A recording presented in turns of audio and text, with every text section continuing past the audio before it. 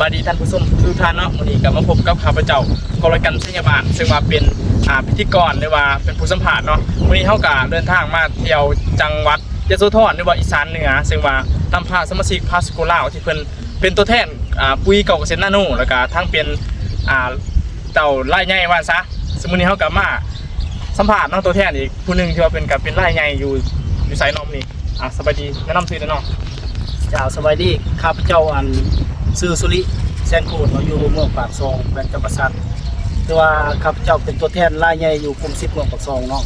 ขายปุ๋ยเก่าเกษตรนาโนข้าพเจ้าที่ว่าได้มาเที่ยวกับบริษัทพาสโกลาวที่ว่าได้ซื้อปุ๋ยเก่าเกษตรนาโนเป็นจำนวนหลายหรือว่า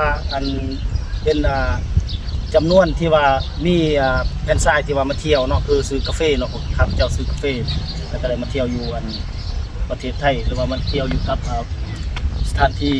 ปัญญาคีกันขากเนาะข้าพเจ้าดีใจร้ายที่ได้มาเฮ็ดเวียกนำบริษัทพาสโกลาวที่ว่าบริษัทพาไปเที่ยวไปเลาะแต่ละจุดแต่ละบ่อนเนาะคือมาเที่ยวสุดนี้ก็ได้มา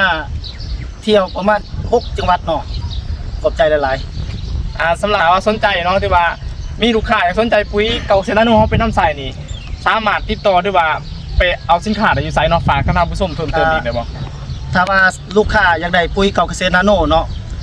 สามารถติดต่อลูกค้าทางเบอร์โทรศัพท์02099885269หรือว่าติดต่อทาง Facebook ก็ได้ชื่อเป็นภาษาลาวเนาะสุริปากซองเนาะสามารถติดต่อได้เนาะจ้ะขอบใจได้นะจ๊ะ